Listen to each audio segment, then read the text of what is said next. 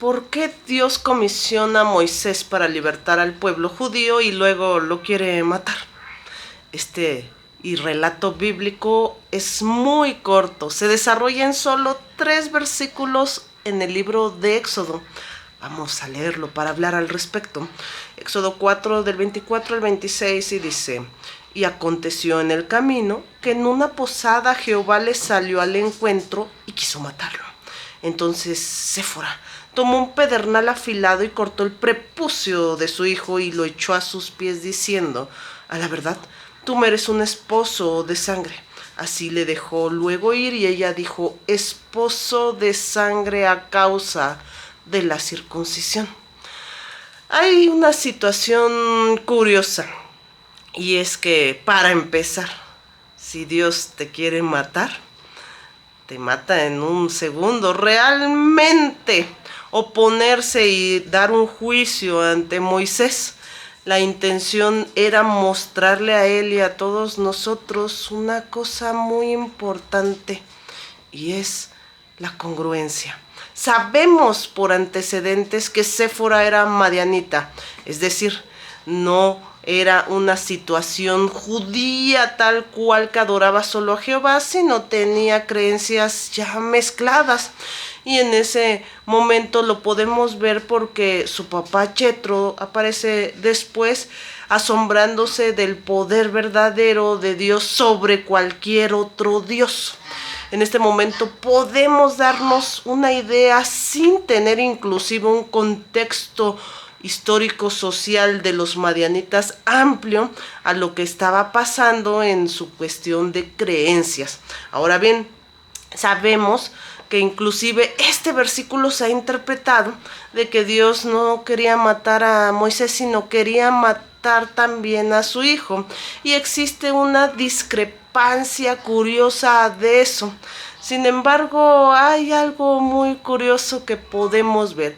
Y aunque la escritura original hebrea está en un hebreo muy antiguo y la distinción de lo quiso matar no se sabe si hace referencia a uno u otro individuo, sí sabemos que al ponerse Dios enfrente estaba impidiendo el desarrollo justamente de Moisés y Séfora. Séfora inclusive aparece escasamente 4 veces en la escritura. Sin embargo, la frase de esposo de sangre es algo muy curioso. Nosotros podemos imaginar la escena, aunque no lo relata la escritura, una escena inclusive parecida a la que tuvo Balaam cuando quiso desobedecer a Dios y el ángel de Jehová se puso frente a él y hizo hablar a la burra de Balaam. Inclusive el ángel aseveró que si él hubiera sido obviamente no interceptado por su burra, él lo hubiera aniquilado. Entonces vemos que también hay un punto de inflexión con Dios sobre qué es lo que está pasando y cómo nos da a entender las cosas. Ahora bien, todos sabemos que el pacto de la circuncisión desde Abraham era una clave muy propia del pacto de Dios con el pueblo elegido judío, que inclusive era someterse a través de la sangre justamente al pacto de Dios, siguiendo los lineamientos y sus leyes. Sin embargo, para no andar tanto en lo referente al pacto de la circuncisión, podemos ver más allá lo que se cumple en las leyes de Dios, en los estatutos de Dios y en que los pactos de Dios se cumplen por Dios. Porque si hubiera sido por Moisés y Séfora, se lanzan a la aventura a cumplir lo que dijo Dios estando como estén. Y ahí entonces, ¿quién estaría quebrantando el pacto? Sino Dios, porque Dios es el cumplidor de pactos. No, nosotros. En ese momento que se interpone enfrente de Moisés, justamente para poder acabar con su vida, sucede lo que hizo Séfora, entendiendo el contexto. No sabemos si Moisés alguna vez se lo solicitó, no sabemos si lo dejó o hizo caso omiso, la escritura no nos lo aclara. Lo que sí es muy cierto es que no se cumplió el pacto con su hijo justamente, el cual era circuncidarlo a los 8 días de nacido. En ese momento entonces vemos la parte importante en la que Dios quiere tratar con todos nosotros, y es la congruencia. La congruencia es esa alineación de lo que tú piensas, sientes, quieres y haces.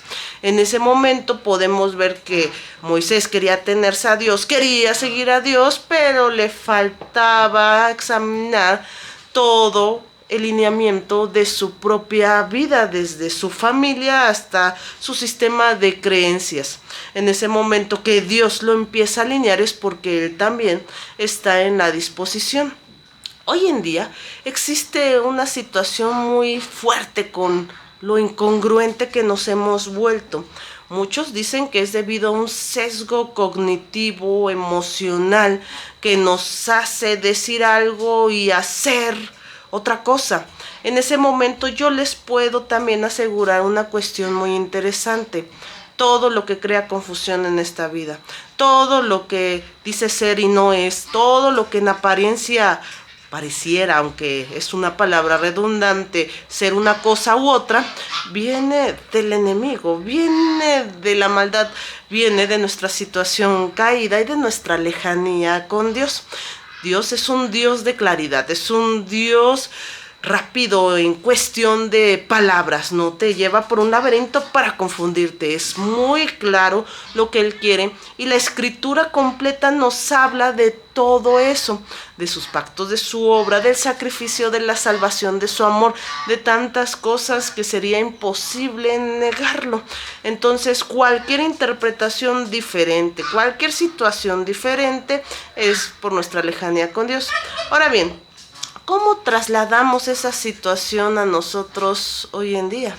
Tal vez, y eso es un examen general para ti, en lo privado de conciencia, tal vez tú asistes a cualquier iglesia, de cualquier religión, de cualquier denominación, ciertos días de la semana, puede ser que hagas algún tipo de servicio, crees estar cerca por momentos a Dios y hacer cosas agradables a Él, pero de repente en la semana estás diciendo groserías, maldiciendo, estás odiando, estás que te cae alguien mal, pero tú dices que no lo odias porque eso ya es algo muy fuerte, entonces lo escondes y dices, no, nada más es un problema y él tiene algo en contra de mí, no nos llevamos, y empiezas a engañarte. Es decir, toda esa confusión que se crea es de una situación de incongruencia, porque tú dices ser alguien que no eres. Y ahora bien, entonces, ¿cómo podríamos nosotros solucionar esa situación? Bueno, pues no podemos. En primer plano, tú podrías escuchar muchos psicólogos, muchos personajes doctos en todas las ciencias, inclusive de la psiquiatría, de la mente y otras, y tal vez podrían darte alguna situación de tareas, expectativas, ejercicios, modos, pero siempre te iría uno, porque estarías tratando de memorizar y ejecutarlos cuando tu cerebro captara esa situación, pero no habría un cambio completo. La única parte es que Dios lo haga en nosotros. Esa es la parte culmine en la que nosotros no entendemos que Dios es un Dios de claridad, que Dios buscaba alinear a Moisés, que el pacto de sangre y justamente el prepucio de su hijo colocado a los pies de Moisés significaba ese cumplimiento, esa cobertura, esa alineación, esa congruencia de Moisés con Dios. Y ahora yo te pregunto, ¿cuántas veces tú has dado esa ofrenda de tu ser mismo, esa ofrenda viva de ti completamente a Dios, para que Dios pueda disponer de ella y cambiarla, hacerla de nuevo, alinearla a ti? Pues no, siempre queremos seguir lo que nosotros queremos, y para nosotros Dios es alguien que cumple caprichos, es alguien que nosotros podemos decirle cómo es lo que debiera de hacer con nosotros, y si no lo hace nos sentimos decepcionados, pero no nos damos cuenta que nuestra naturaleza caída, la cual decimos aceptar, la queremos conservar, porque no queremos cambiar, y si cambiamos queremos hacerlo nosotros y nos olvidamos de Dios y caemos en esa incongruencia donde pensamos que ese defectito no lo ve Dios o lo deja pasar, o a nosotros sí nos lo permite y a los demás no, y nos estamos engañando, nos estamos alejando de Dios. Dios es un Dios de claridad y es el mismo del Antiguo Testamento a la Nueva Escritura. En toda ella podemos ver a Jesús, así que no es un Dios diferente, malo, que nos empezó a amar cuando vino Jesús. Siempre ha sido el mismo Dios de claridad y Jesús actuaba de la misma forma que vemos en la Antigua Escritura, pero nosotros estamos tan lejos que a veces no lo percibimos y el enemigo nos quiere engañar. Así que alinear a Moisés, que era el estandarte para libertar al pueblo judío, era una cosa clave en este punto, ya que no podría ser justamente alguien que hablara con Dios, alguien que estuviera cerca de Dios, alguien que dirigiera justamente la libertad del pueblo, alguien que los llevara a la tierra prometida y estuviera en casa incumpliendo las cosas. Y Séfora de la misma forma también alineada lo entendió e hizo justamente lo rápido que podría ser, inclusive cumpliendo los estándares de un matrimonio donde las dos personas se complementan entre sí, y de eso se trata justamente toda la Escritura. Que no ven que Dios siempre habla con lo que es, no es como que en este caso se aplica lo que dije, pero en este no, Dios aplica todo, en todos, aplica desde la salvación, aplica desde el cambio, aplica justamente sus leyes, sus propósitos y todo. Entonces, ahora yo te pregunto, ¿cómo quieres ser usado por Dios si en tu vida no estás dispuesto a escucharlo? Si no estás alineado, y no te puedes alinear solo, tienes que a ser alineado con Dios. Hay una parte muy importante y es la que ustedes a lo mejor puedan pensar que causa conflicto, y es que a veces queremos, pero no podemos. Es decir, como que algo nos entorpece, algo pasa, algo sucede y de repente cambiamos de dirección o algo y no lo entendemos. Es porque a veces nuestra razón no se impone con lo que queremos, sentimos y deseamos. Pero hay algo muy importante y es por lo que Dios nos va a juzgar. Si fuéramos seres completamente inconscientes, entonces no tendríamos culpa. Sin embargo, el punto precedente del anclaje, incluso del juicio divino, es que contamos con razonamiento, y el razonamiento siempre es más fuerte que lo que tú sientes. Si tú decides seguir tus emociones en vez del razonamiento, estarás tomando una decisión. Por ejemplo, si todo el mundo te dice y tú estás viendo que tu novio te es infiel, te engaña, te maltrata, y tú sientes que lo amas, pero tu razón te dice que no estés con él, tú decides si seguir lo que sientes o el razonamiento, e inevitablemente absorberás las consecuencias de esa decisión. Así que el día de hoy decide bien, decide con Dios, decide que Dios te cambie, porque en este mundo de maldad queremos ver a ese Dios de la Escritura asomándose, a ese Dios de la zarza ardiente, a ese Dios que bajaba en una nube, ese Dios que bajaba en fuego, ese Dios que se presentaba, pero inevitablemente el problema ahora somos nosotros, que estamos alejados de Él. Y les aseguro algo, que Dios no cambia y es el mismo de la Escritura, y con un corazón abierto ciertamente Él se presentaría ante nosotros. Esta lección de Moisés y de todas nos hace conocer mucho sobre el carácter de Dios, pero también nos hace pensar qué estamos haciendo nosotros.